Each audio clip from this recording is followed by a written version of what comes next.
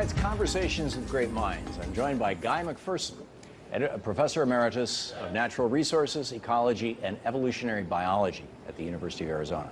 Guy is one of America's most influential experts on global warming and writes about a variety of climate change-related issues for the Arctic News blog and his own website, Nature Bats Last. In the field of climate science, Guy is best known for his assertion that runaway global warming is already on a path to cause the extinction of the human race, an idea he has written about in his book, Going Dark. Guy McPherson joins us now from our New York City studio. Guy, welcome to the program. Thank you, Tom. I appreciate the opportunity to be with you today. Thanks for being with us. First of all, just very briefly, if you could give us a little background on who is Guy McPherson and why should we listen to you, your background, credentials, and what brought you to this place. Sorry, the sound is cutting out pretty badly here. I think you asked me to give a background on the situation as it currently stands with respect to climate change. Okay. Yeah.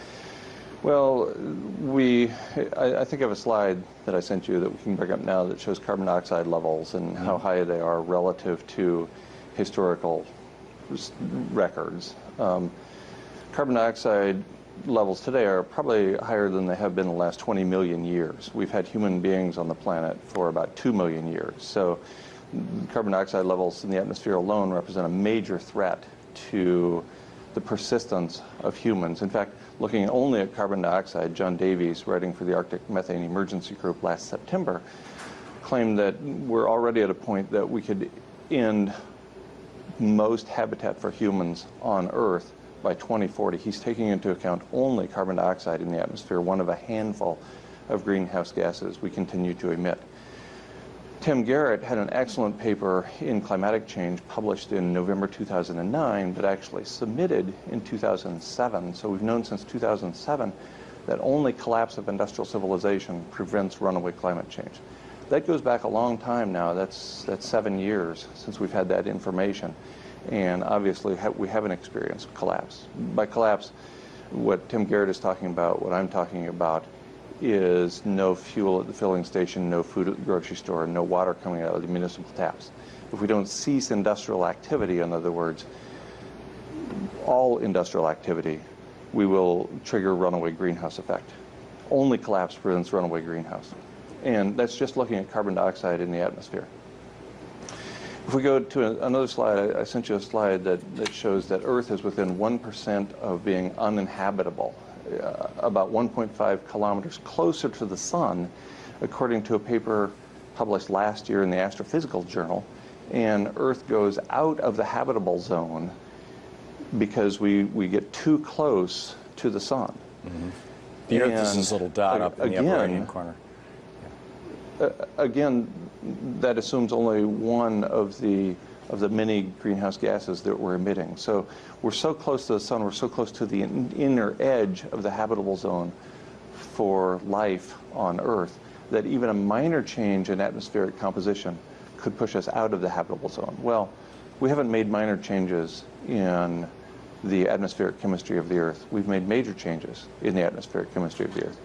We're at approximately 400 parts per million carbon dioxide in the atmosphere compared to the 280 parts per million when industrial activity began in the 1700s.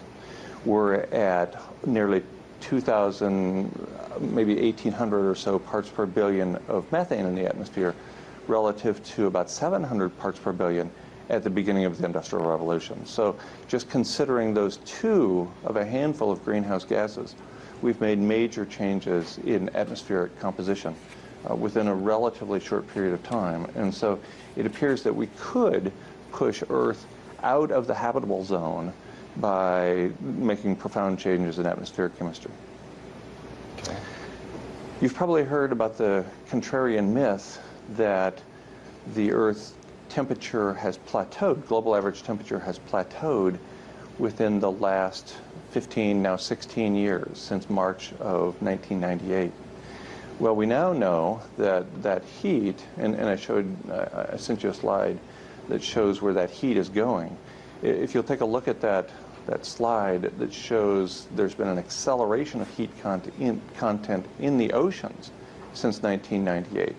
So based on land surface temperature records, it appears that global average temperatures have plateaued, but in fact, 13 of the 14 warmest years on record have been since the year 2000, and most of that heat has been being dumped into the oceans, absorbed by the oceans, instead of on land. Well, as we know, ocean is 2/3 or so of the total cover of the Earth. And so that's a lot of potential heat going into the oceans.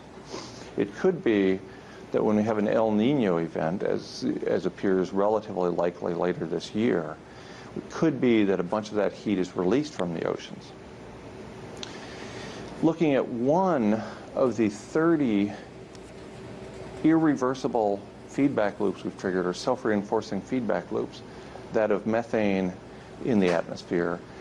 If you'll take a look at that slide of the globe that shows methane concentration in the atmosphere, you can see that particularly over the northern hemisphere and especially over the Arctic, we see a tremendous amount of methane being released into the atmosphere. That was not there 50 years ago.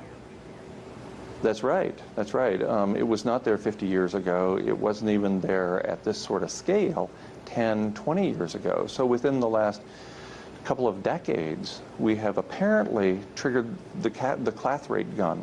Firing the clathrate gun is the event that James Hansen was particularly worried about in his book, Storms of My Grandchildren. And if you look at methane levels about a month ago, atmospheric methane levels from about a month ago, there's a lot of dark red up there in the northern portion of the northern hemisphere. And that dark red indicates a lot of methane in the atmosphere. Just that one self-reinforcing feedback loop, methane bubbling out of the Arctic Ocean, which is reported in the scientific literature in Science in March of 2010. That one self-reinforcing feedback loop is equivalent to 1,000 to 10,000 gigatons of carbon, compared to the about 300 gigatons of carbon we burn through burning fossil fuels so far. Since 1850. We know, go ahead, I'm sorry. Since 1850. From 1850 to now, we've burned about 300 billion tons of that's right, carbon about dioxide. 300 gigatons. About 300 gigatons of carbon through burning fossil fuels. And this is considerably more than that. Yeah. This is nearly 40 times, up to nearly 40 times the carbon equivalent found in the methane just in the Arctic alone. And there's methane in the permafrost, and there's methane in the Antarctic as well. So there's methane coming from all kinds of sources. Just that one source, methane coming out of the Arctic Ocean, threatens to release far more carbon equivalent than we burn by burning fossil fuels. According to the authors of a paper in Nature in July 2013, a 50 gigaton burp of methane is, quote, highly possible at any time. So it could be, we have a 50 gigaton burp, that's equivalent to more than 1,000 gigatons of carbon burned by fossil fuels. That's highly possible Which is at almost any time. 3 times what we've burned since we started the Industrial Revolution, within a matter of weeks or months. That's right. And as reported in the journal literature in a paper in Global Policy from September 2012, a suite of amplifying feedback mechanisms such as massive methane leaks from the subsea Arctic Ocean have engaged. So it's pretty clear, even in the very conservative scientific literature, that we have triggered a number of self-reinforcing feedback loops. And in particular, this one, runaway methane, could trigger a runaway greenhouse event. And in fact, that's the conclusion of Sam Carana and Malcolm Light, both writing for the Arctic Methane Emergency Group. So if we go to the final slide I sent you, it shows a runaway event, a polynomial or exponential curve fit to the data and extended forward, and whereby we see a global average temperature of more than 4 C by 2030 and more than 10 C above baseline by 2040. We haven't had human beings on a planet at 3.5 C above baseline. So 4 C or 10 C above baseline, those are very large numbers. I want to read to you the conclusion Malcolm Light reached in January of this year, January 2014. He says, quote, the Gulf Stream transport rate started the methane hydrate gun firing in the Arctic in 2007, when its energy per year exceeded 10 million times the amount of energy per year necessary to dissociate subsea Arctic methane hydrates, end quote.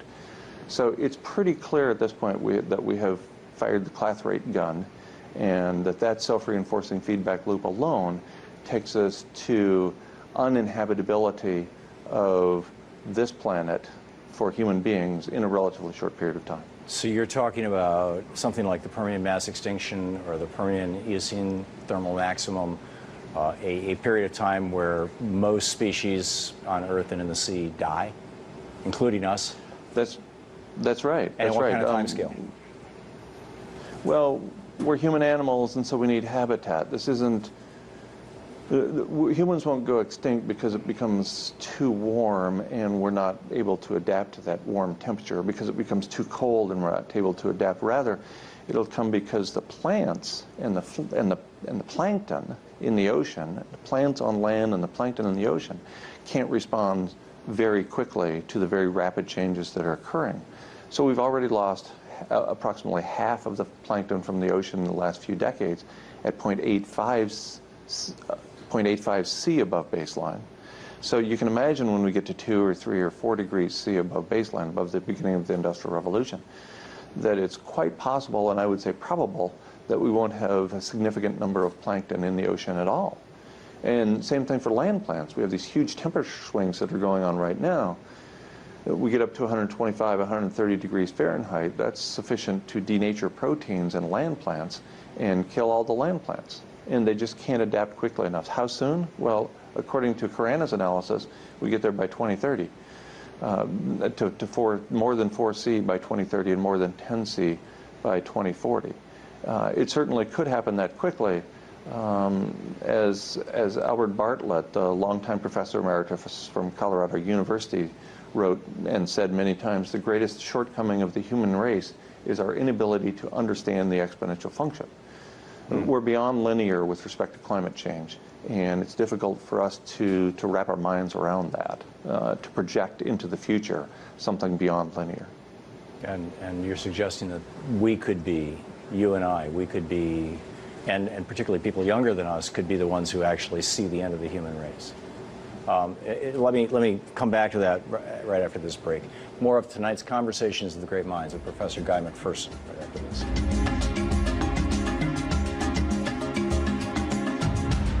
And welcome back to Conversations with Great Minds. I'm speaking with Guy McPherson, Professor Emeritus of Natural Resources, Ecology, and Evolutionary Biology at the University of Arizona, and author of the book Going Dark.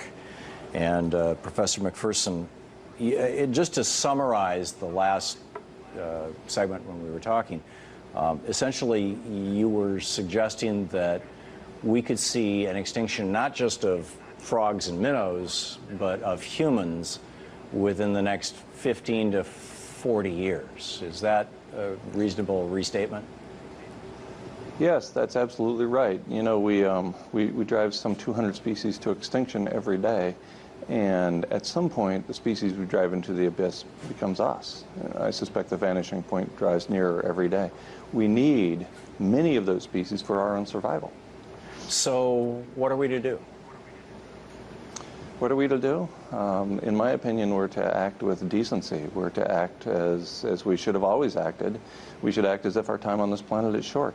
And by the way, even if I'm wrong, even if all the data are wrong, even if all the forecasts are wrong, even if all the projections are wrong going into the future, I would suggest that we can act more decently than most of us have going forward, and it might actually make for a better set of human relations.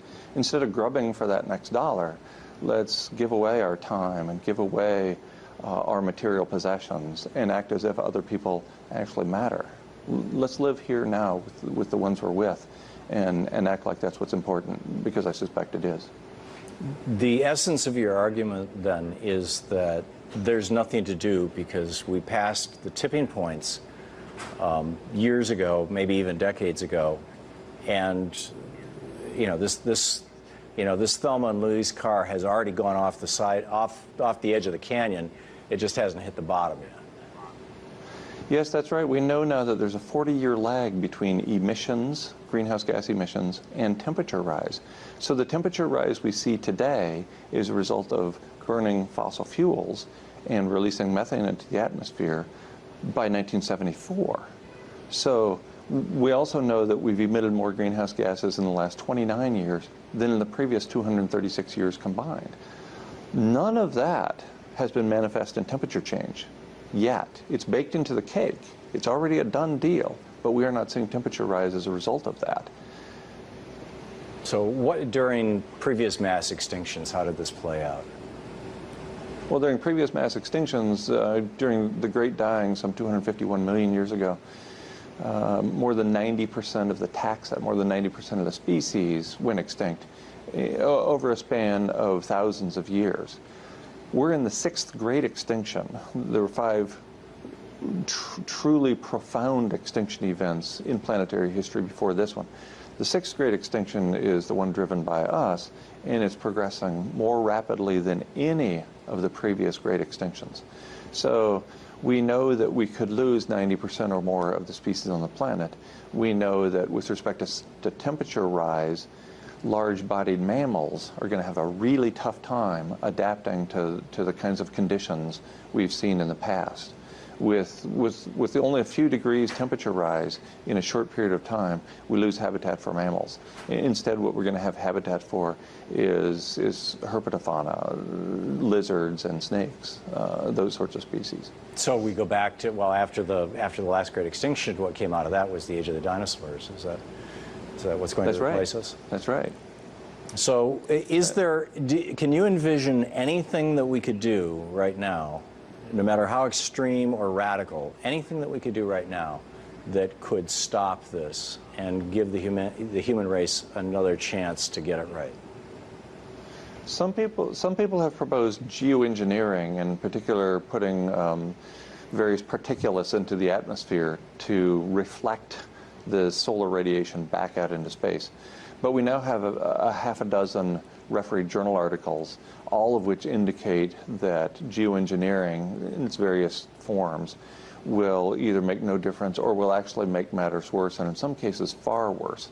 So given that we're so desperate now, we're willing to try geoengineering, and that those geoengineering strategies have been largely negated for their potential to improve the situation, I think there is nothing I know about that we can do to turn the ship around. Didn't the last IPCC report specifically call for more research into geoengineering? And if so, isn't that almost an admission that the statistics that you're talking about are there, but they don't want to just put it forward? I try not to sound like a conspiracy theorist here. Yes, that's a very conservative body putting out a very conservative report, the Intergovernmental Panel on Climate Change, and in their assessment, which came out just a few days ago, in fact, they admitted that geoengineering appeared to be the only viable strategy to reverse climate change at this point.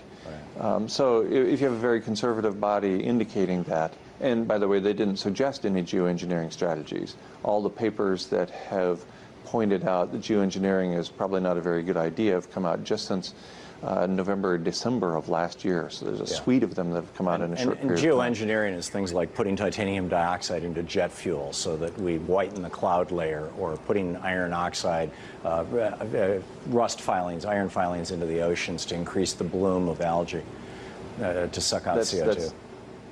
That's exactly right. The most commonly promoted one of those is solar radiation management, or putting some sort of particles up into the atmosphere, like sulfates, for example.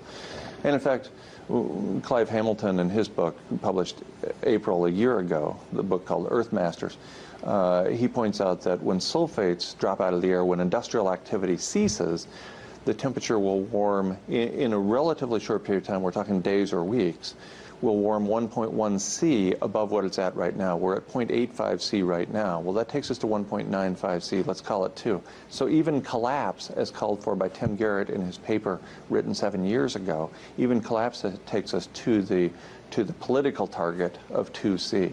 And even James Hansen has recently concluded that 2 C is horribly optimistic, that 1 is the Rubicon we can't cross. I suspect we crossed the Rubicon that matters, and that's the one that triggered all these self-reinforcing feedback loops. Back in the 70s. That's right. I mean, the emissions were produced in the 70s, and we've learned about the self-reinforcing feedback loops within the last 4 years or so. Right.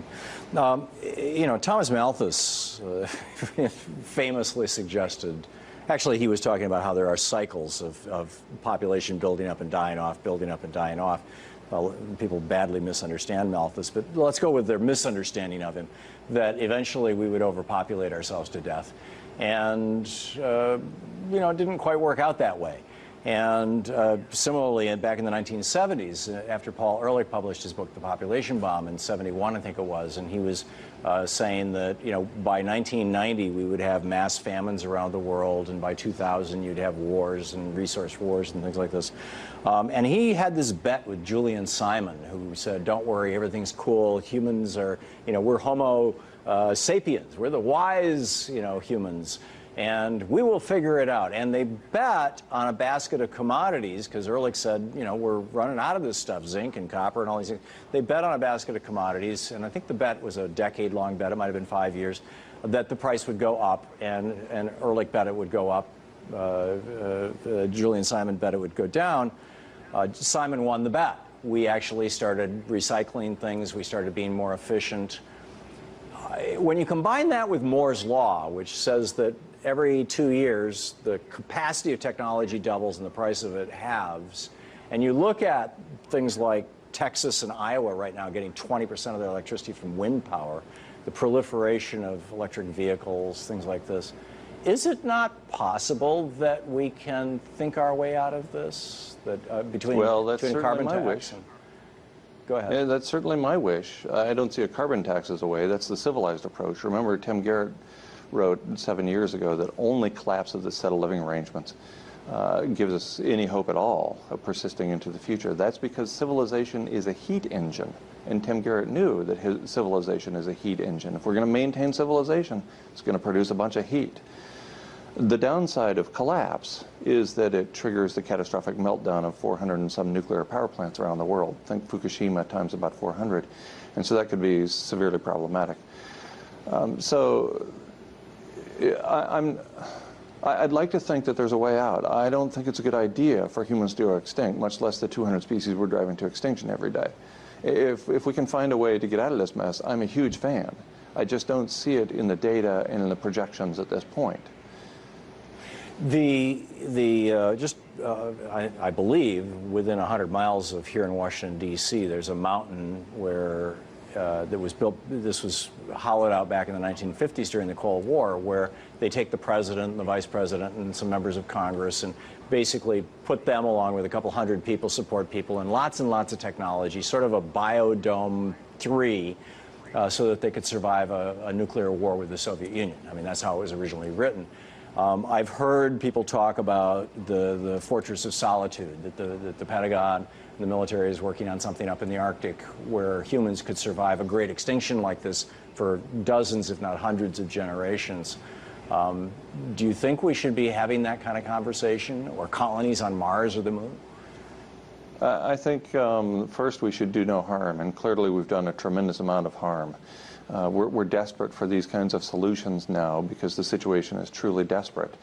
So I would go back to first do no harm, and let's not think we can maintain this set of living arrangements without any consequences. As it turns out, we can't have infinite growth on a finite planet with no consequences. You know, one of the statements Julian Simon made, I'm glad you brought up that bet, was that we can continue to grow the human population at the current rate for the next 7 billion years. Well, at the time he made that statement, if we had continued growing the human population for 7 billion years, the human population alone, the mass of humans, would have been larger than the entire universe.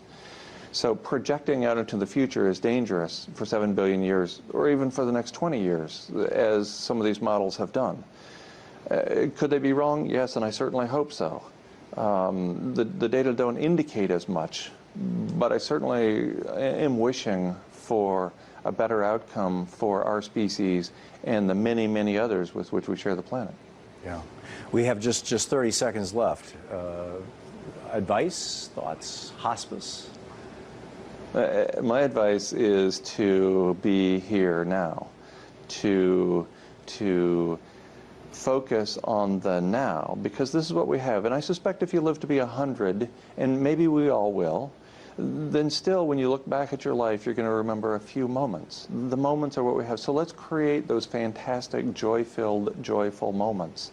Let's be here now with the ones we're with. Let's treat the living planet and other human beings with decency and respect, and maybe treat ourselves with a little dignity, because no matter how this turns out, I don't think that's bad advice. Professor Guy McPherson, thank you. Thank you, Tom. To see this and other Conversations with Great Minds, go to our website at conversationswithgreatminds.com.